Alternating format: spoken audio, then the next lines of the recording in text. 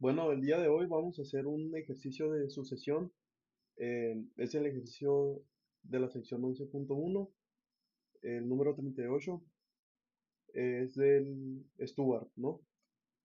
Entonces, el ejercicio nos dice, determine si la sucesión diverge o converge. Si converge, encuentre el límite. La sucesión que nos dan es logaritmo natural de n sobre logaritmo natural de 2n, ¿ok? Entonces, para determinar si converge o diverge, nosotros tenemos que aplicar un límite, que es el límite cuando n tiende al infinito, ¿no?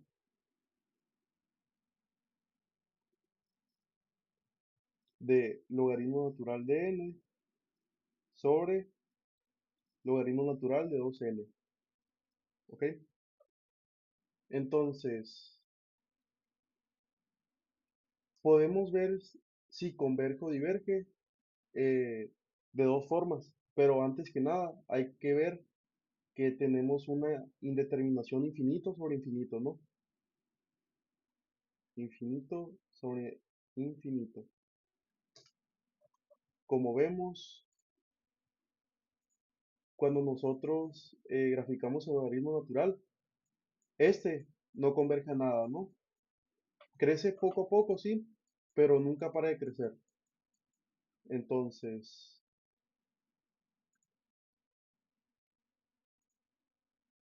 ya que tenemos una indeterminación infinito sobre infinito, en este caso podemos usar dos métodos. El primero y el más sencillo, pienso yo, el primer método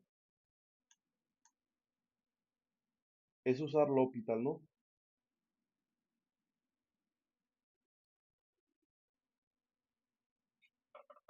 ¿Qué nos dice L'Hopital? L'Hopital nos dice que si tenemos una función sobre otra función y ambas son o una indeterminación de infinito sobre infinito o de cero sobre cero, entonces el límite se sigue manteniendo si derivamos la parte de arriba, o sea, la función de arriba o la función de abajo, ¿no? Pero ojo, esto solo si es infinito sobre infinito o cero sobre cero. En este caso tenemos una infinito sobre infinito, entonces pues sí lo podemos aplicar, ¿no? Que entonces, ¿qué es nuestra f de x? Nuestra f de x es igual al logaritmo natural de n, ¿no? Su derivada es 1 sobre n. Después tenemos nuestra g de x, que es el logaritmo natural de 2n. Ahora, su derivada la sacamos con regla de la cadena, ¿no?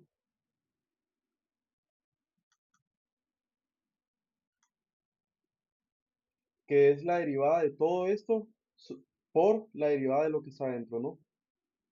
Entonces tenemos 1 sobre 2n, la derivada de esto, por la derivada de lo que está dentro, que simplemente es 2, ¿no?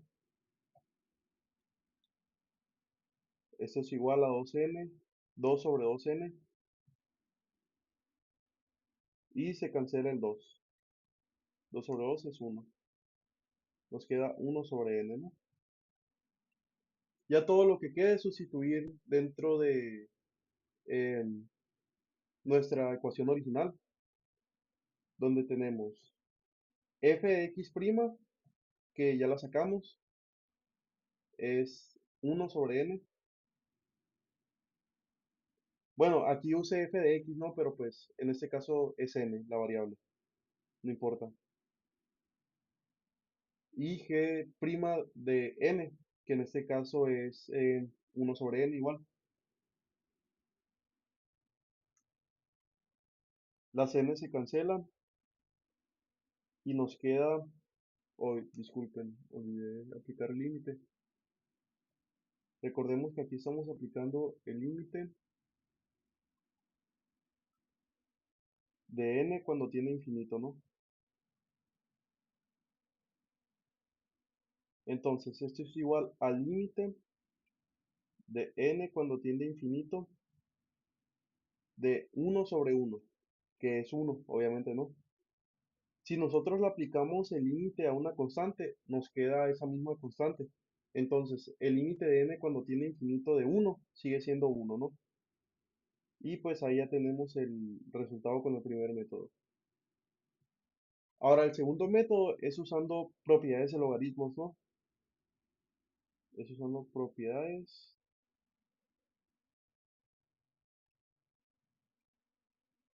de logaritmos.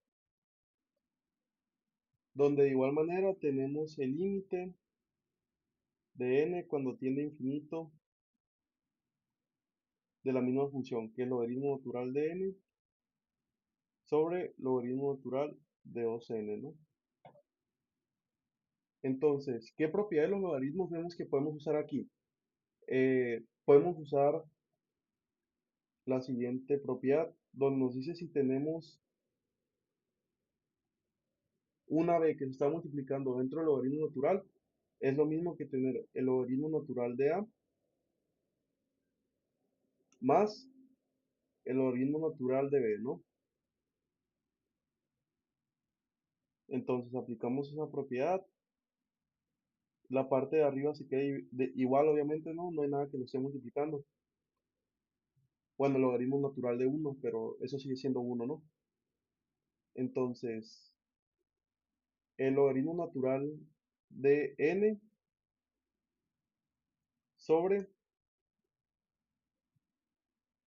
el logaritmo natural de a más el logaritmo natural de b. En este caso es el logaritmo natural de 2 más el logaritmo natural de n, ¿no? Ahora, hay un término que se repite varias veces aquí. Entonces, lo que vamos a hacer es dividir todo entre el logaritmo natural, ¿no? Nos va a quedar logaritmo natural de n sobre logaritmo natural de n, que es este que está aquí arriba, sobre el logaritmo natural de n, ¿no? Todo esto sobre logaritmo natural de 2 sobre logaritmo natural de n. A eso le vamos a sumar el logaritmo natural de n sobre el logaritmo natural de n otra vez. Logaritmo natural de n sobre logaritmo natural de n. ¿Ok? Entonces, el límite de n cuando tiende a infinito de logaritmo natural de n sobre logaritmo natural de n, algo sobre algo sigue siendo ese mismo, sigue siendo 1, ¿no? Perdón, algo sobre algo es 1, ¿no? Obviamente. 1 sobre, este se va a quedar igual, logaritmo natural de 2 sobre logaritmo natural de n. Más, otra vez tenemos logaritmo natural sobre logaritmo natural. Eso nos da 1. ¿Ok? Entonces, ahora tenemos en esta parte una constante sobre un logaritmo natural de n, ¿no? Como vimos, el logaritmo natural de n tiende al infinito cuando aplicamos el límite. Entonces, si tenemos una constante sobre un número que va creciendo mucho, mucho, esta, como vemos, va a tender a cero, ¿no? Porque este número eh, se empieza a aplastar.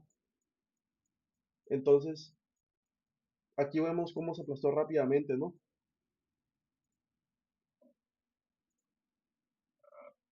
Ahora, evaluando este límite, nos va a quedar que eso es igual a 1 sobre, ya vimos que si tenemos una constante y lo dividimos sobre algo que tienda al infinito, cuando aplicamos ese límite, entonces nos va a dar cero, ¿no?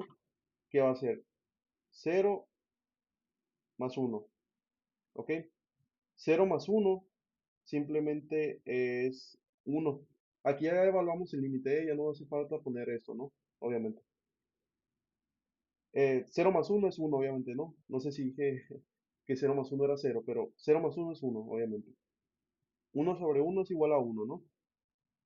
Y pues llegamos al mismo resultado de dos maneras distintas. Uno aplicando el L'Hopital, que no siempre se puede, como ya dije.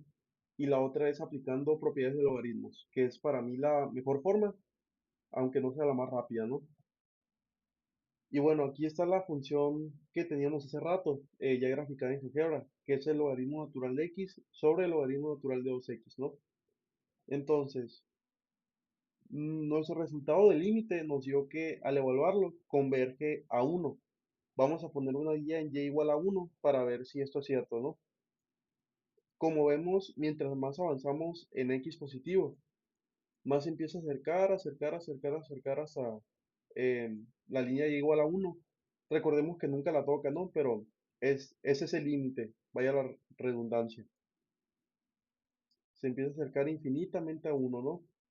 Bueno, ahora que ya vimos ese primer ejercicio de sucesiones, ahora vamos a pasar con uno de series. La indicación es, determine si la serie es convergente o divergente. Si es convergente, encuentre su suma.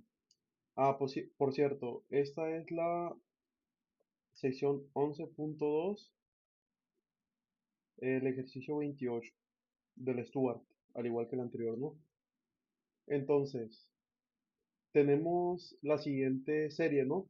Donde vemos que está sumando un tercio más 2 novenos más 1/27 más 2/81, etcétera, etcétera, ¿no?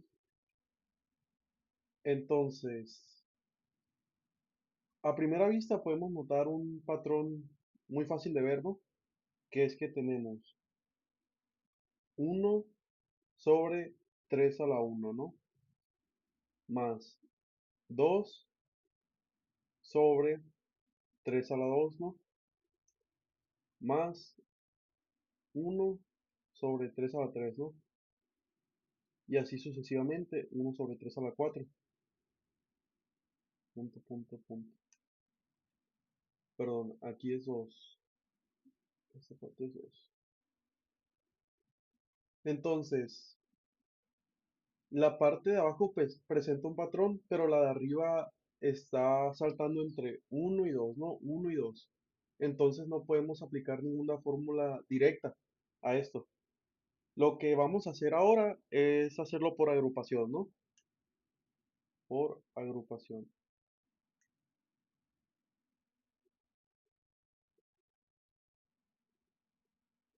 Entonces, antes de empezar con esto, necesitamos conocer qué es la serie geométrica, es una de las series más famosas. ¿Qué nos dice la serie geométrica? Nos va a decir, si nosotros tenemos una serie, ¿no? Una serie de sumas, y si encontramos dentro de esa serie de sumas una razón por la que encontremos cualquier número de la asociación, perdón, multiplicado por una razón que con esa razón vamos a ver, perdón, con esa razón podemos obtener las demás términos de la asociación. Entonces, por ejemplo, si yo tengo un tercio, perdón, voy a poner cualquier ejemplo, un 1/2 más 1/4 más 1/8, ¿no? Vemos que tenemos algo parecido a lo que tenemos arriba, que es 1/2 a la 1 más 1/2 a la 2 más 1/2 a la 3. ¿Ok?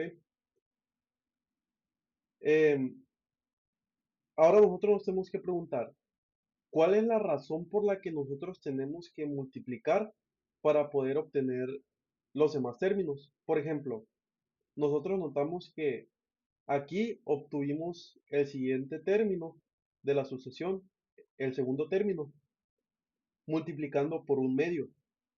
Ah, ¿y qué pasa si yo multiplico este 1/2 a la 2 por otra vez un medio? Obtengo 1/2 a la 3, que es el siguiente término de la sucesión, ¿no? Y así infinitamente.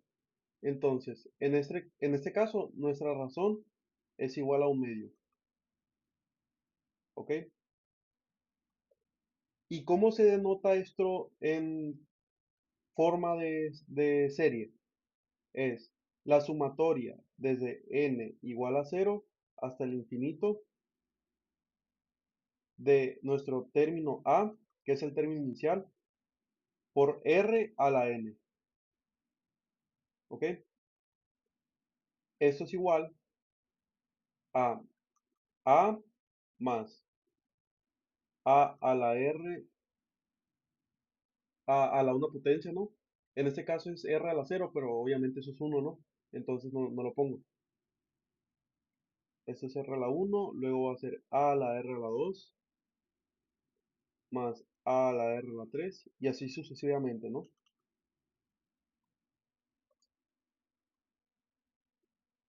En este caso no podemos aplicar eso directamente porque si nos damos cuenta, arriba tenemos un 1, luego un 2, luego un 1 y luego un 2. Entonces, ¿qué vamos a hacer para que no estemos saltando entre un término en el numerador y otro?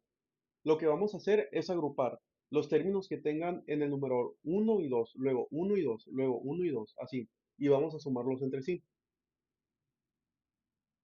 Vamos a agrupar la primera parte, que es 1/3 más 2/9, ¿no? Como vemos aquí. Voy a hacerlo hasta aquí, pero obviamente se cumple para lo demás, ¿no? Más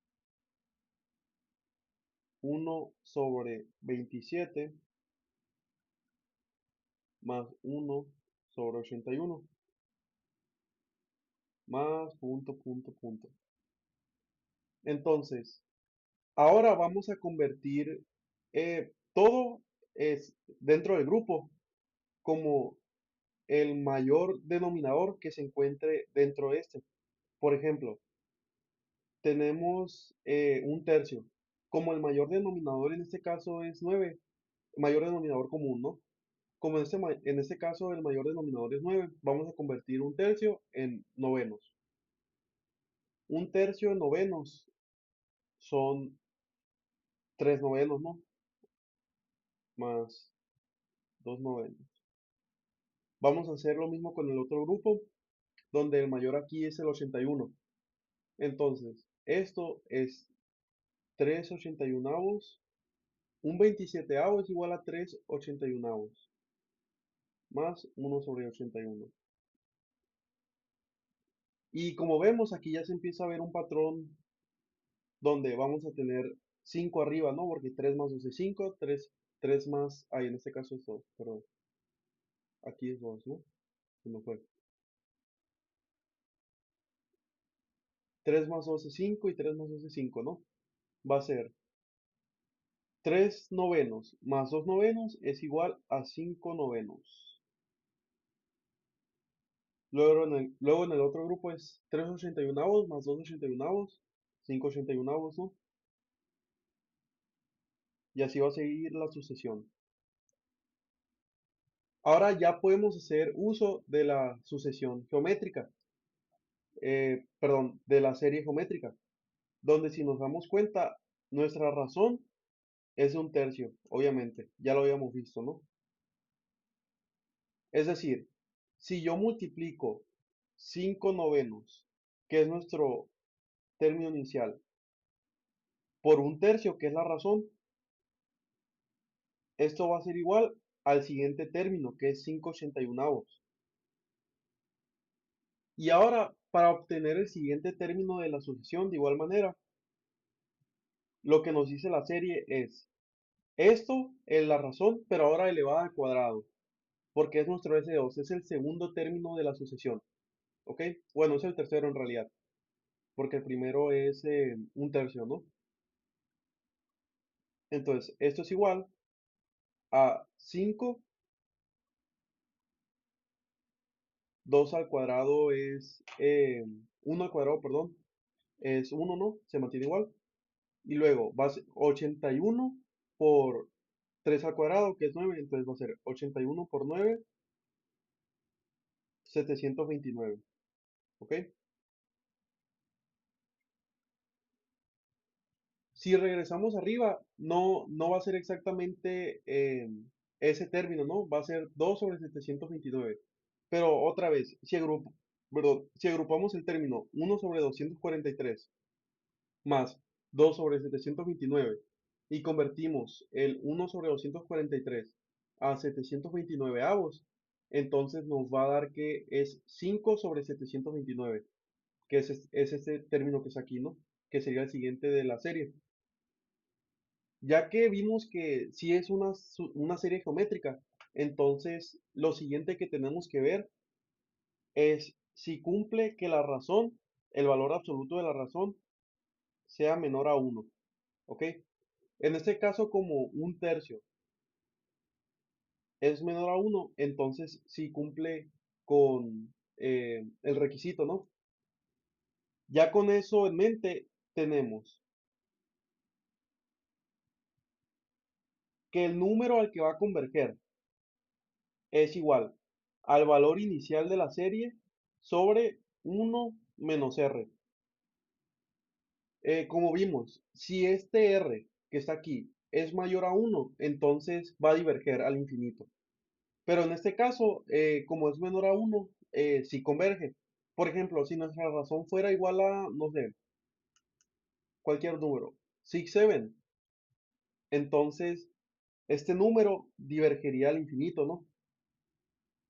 Pero como en este caso es un tercio, entonces sí podemos aplicarlo.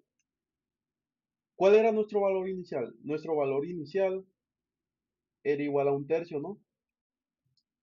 Si nos regresamos podemos verlo. R es igual a un tercio, ¿no? A es igual a un tercio, perdón, que es el valor inicial. Y nuestra razón es igual a un tercio también. Ay, disculpe. A un tercio también, ¿no? Ah, voy a borrar esto. Voy a acomodar esto. Entonces, ya tenemos todo lo necesario para ver a qué número converge nuestra serie. Donde A es igual a un tercio, simplemente sustituimos 1/3 sobre 1 menos R, que es un tercio, ¿no? Entonces, ¿a qué es igual esto? Es igual a un tercio sobre 1 menos un tercio es igual a 2 tercios, ¿no? 2 tercios. Entonces, aplicamos ley de la tortilla, o como le digan, ley de los extremos, no sé.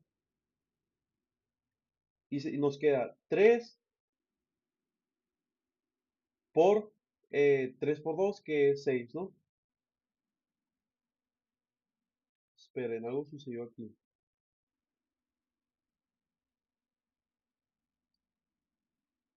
Ah, disculpen, es cierto. Como el valor inicial ahora que agrupamos no es un tercio, en realidad es 5 novenos, ¿no? Es cierto, es cierto. Entonces, A es igual a 5 novenos, que es el primer término que habíamos hecho en la agrupación, ¿no? 5 novenos. Ahí disculpen el errorcito. 5 novenos sobre 1 menos un tercio. Esto sí se queda igual, la razón sigue siendo un tercio, ¿no? Esto es igual a 5 novenos sobre 1 menos un tercio, es 2 tercios, ya lo vimos. Entonces, aplicamos ley de la tortilla. 3 por 5 es 15. Sobre 9 por 2 es 18, ¿no? Y podemos simplificarlo un poco más dividiendo entre 10, que es 5 sobre 8. Y vemos que nuestra serie converge a este valor, que es 5 sobre 8. ¿Ok? Perfecto. Finalmente, para ver cómo se ve gráficamente, ¿no? Hice 50 puntos de la serie dentro de GeoGebra, donde esta línea es los 5 octavos que nos había dado el resultado anterior, ¿no? Estas son 50 puntos conectados de la serie y como vemos converge muy rápidamente. De hecho, en el cuarto término ya está tocando la línea de los 5 octavos, ¿no? Bueno, entonces vamos a empezar con la última serie que viene en el libro. Es en la igual, en la sección 11.2 y es el ejercicio 30 en este caso, ¿no? Nos dice, determine si la serie es convergente o divergente. Si es convergente, encuentre su suma. Entonces, ¿qué podemos empezar a ver? Como vemos, no hay un patrón muy fácil, ¿no? Bueno, ya no nos da. Tenemos un polinomio arriba y un polinomio abajo, ¿no? Entonces, antes que nada, no lo dije en el anterior ejercicio, pero siempre se hace una prueba de convergencia, de divergencia, perdón.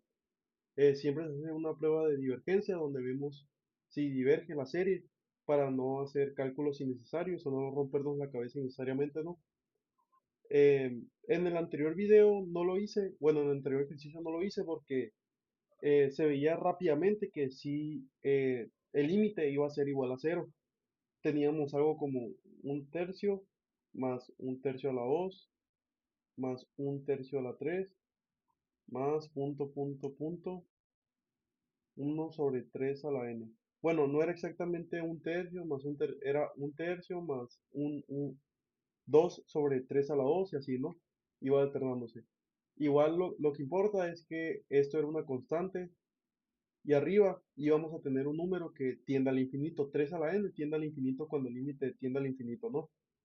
Y recordemos que si tenemos algo sobre algo que tiende al infinito, tenemos que eso se aplasta y se va a cero.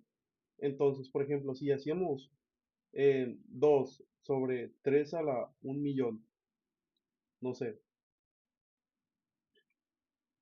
es obvio que este número es súper pequeño.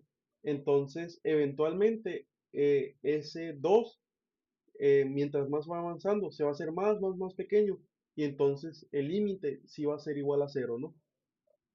Entonces, por eso no inicié con una prueba de divergencia, pero en este caso no es fácil de visualizar. O bueno, de hecho, el término, el límite no va a ser igual a cero, pero bueno, vamos a ver eso, ¿no? Entonces, ¿qué nos dice la prueba de divergencia? Tiene otro nombre, también le dicen, em, creo que la prueba del enésimo término, prueba del enésimo término.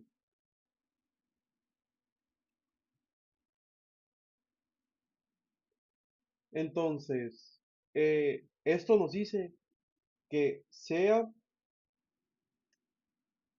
una serie infinita, serie infinita. Ah, no tengo la definición del libro, ¿no? Pero es de lo que me acuerdo. Me parece que sí, es exactamente así.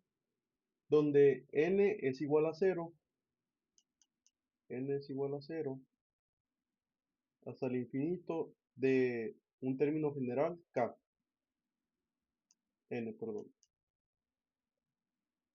Entonces, si el límite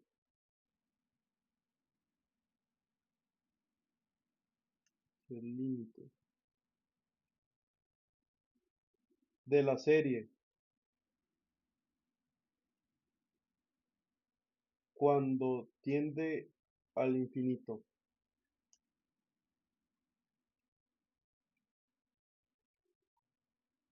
es distinto de cero,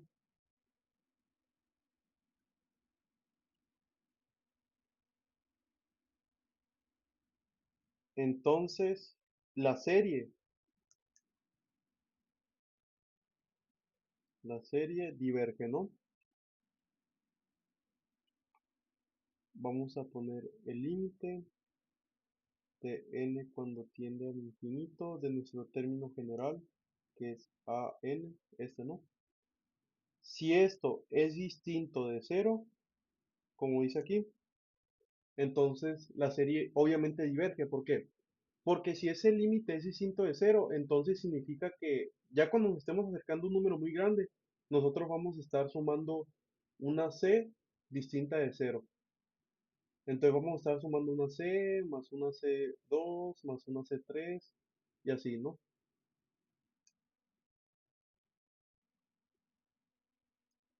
Ahora, ¿cómo vemos si ese límite es distinto de cero? Obviamente tenemos que evaluar el límite de esta ecuación, ¿no?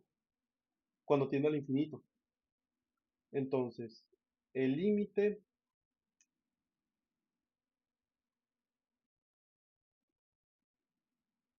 de k cuando tienda al infinito de k por k más 2, k por k más 2 sobre k más 3 al cuadrado. Entonces nosotros tenemos que evaluar este límite para ver si esta serie diverge o converge. Otra cosa que tengo que aclarar, ya lo había dicho, ¿no? Pero si la prueba de divergencia nos avienta un límite de n al infinito de nuestro término general a n, ¿no? Si ese límite es igual a cero, eso no nos dice estrictamente que la serie converge. En este caso nosotros tenemos que ver si converge o no, ¿no? Porque lo único que nos dice esto es si la serie, si el límite de n cuando tiende al infinito, o bueno, de cualquier variable, ¿no? Es distinto de cero, entonces esa serie sí diverge. Pero en el caso que sea igual a cero, igual tenemos que ver si converge, ¿no? Entonces, ahora, vamos a esto, vamos a desarrollar ese polinomio en la parte de abajo y en la parte de arriba, ¿no? El límite de k cuando tiende al infinito, k por k es k cuadrada más 2k, ¿no? Que es k por 2, más 2k. Esto sobre, esto es elevado, ¿es al cuadrado o es a la tercera? Ah, perdón, es al cuadrado, está bien. Es k cuadrada más 6k más 3 por 3 9, ¿no? Más 9, perfecto. Entonces, ahora, ¿qué podemos hacer aquí? Podríamos aplicar L'Hopital, sí, porque ambos términos tienden al infinito. Este de aquí arriba tiende al infinito y este de aquí arriba también tiende al infinito, ¿no? Pero yo voy a dividir todo entre K2, que es el polinomio, es el término con el grado más grande, ¿no? El límite de K cuando tiende al infinito es igual. Todo lo dividiré entre 2, como ya dije. K cuadrada sobre K cuadrada más 2K sobre K cuadrada. Esto sobre K cuadrada sobre K cuadrada. Y bueno, creo que ya van viendo lo que estamos haciendo, ¿no? Más 6K sobre K cuadrada más 9 sobre K cuadrada. Vamos a, primero que nada, simplificar lo que podemos simplificar antes de evaluar el límite. Y esto es igual a 1, K cuadrada sobre K cuadrada, obviamente es 1, más 2K sobre K cuadrada, ¿no? 2K sobre K cuadrada. Esto sobre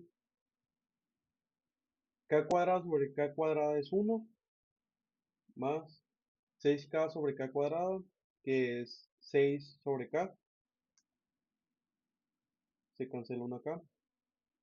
Y este término queda igual, ¿no? 9 sobre K cuadrado. Ay, disculpen, olvidé quitar una K aquí. K sobre K cuadrada es 1 sobre K, ¿no? Entonces nos queda 2 sobre K. Perfecto. A ver, solo voy a... Esto así. Entonces, ¿qué visualizamos aquí? Como dije en el anterior video, si nosotros tenemos una constante, si tenemos el límite, que en este caso es K cuando tiende al infinito, de una constante sobre algo que tiende al infinito, en este caso es K, o K cuadrada también, aquí. Como este K va a tender al infinito, esa C va a estar dividida sobre un número extremadamente grande. Eventualmente, entre más se acerca al infinito, este número va a ser cero, ¿no? Entonces, esto es igual a cero. Y como vemos, los únicos términos que no tenemos de esta forma, que es una constante sobre la K o un término que vaya al infinito como K cuadrada, es uno que es aquí y uno que es aquí. Entonces, vamos a evaluar el límite. El límite de K cuando tienda al infinito de esto se va a hacer cero. Esto va a ser cero. Esto va a ser cero, por lo que ya dije, y esto también va a ser cero, ¿no? ¿Y qué nos va a quedar? Nos va a quedar el límite de K cuando tienda al infinito de uno sobre uno. Obviamente ese límite es igual a uno. ¿Qué nos dice este límite? Que se va a acercar a uno, o sea, que va a converger a uno. No, este límite, como es distinto de cero, nos dice que eventualmente mientras la serie avance más, van a estar sumando de uno más uno más uno más uno, ¿no? Entonces, obviamente si nosotros tenemos una suma que sea diferente a una suma de esta forma, de cero más cero más cero más cero, la serie va a diverger. ¿Por qué? Porque se va a ir al infinito, ¿no? Va a seguir cambiando, va a seguir aumentando, ¿no? Y bueno, esa es la razón por la que nuestra serie converge. Entonces concluimos que la serie desde k igual a cero hasta el infinito, perdón, k igual a uno, disculpen, es k igual a uno, ¿no? K igual a uno de k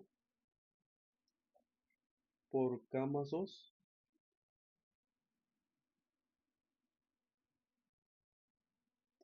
sobre k más 3 al cuadrado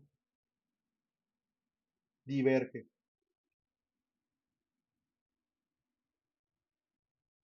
¿ok? Entonces, ¿qué aprendemos aquí? Que primero hay que ver si es rápido mentalmente de visualizar si la serie diverge o converge con esta prueba de divergencia, ¿no?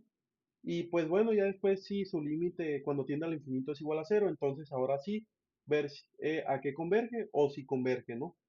Ya para terminar, grafiqué la serie que teníamos hace rato, ¿no? Esta es eh, la ecuación. Entonces, primero que nada vamos a ver cómo el límite se empieza a acercar lentamente a uno, ¿no? Donde ese es el uno. Y vemos que mientras más avanza en el eje X se va pegando más y más y más al uno. ¿Ok? Ahora, después vamos a ver cómo la serie realmente empieza a diverger.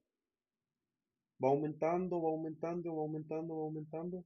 Tal vez empieza a aumentar un poco más lento cuando empieza a sumar de uno en uno, pero de igual forma sigue aumentando. Ah, no, de hecho aquí está subiendo de uno en uno, como decía hace rato, ¿no? Entonces, pues sí, con esto podemos ver que efectivamente la serie diverge.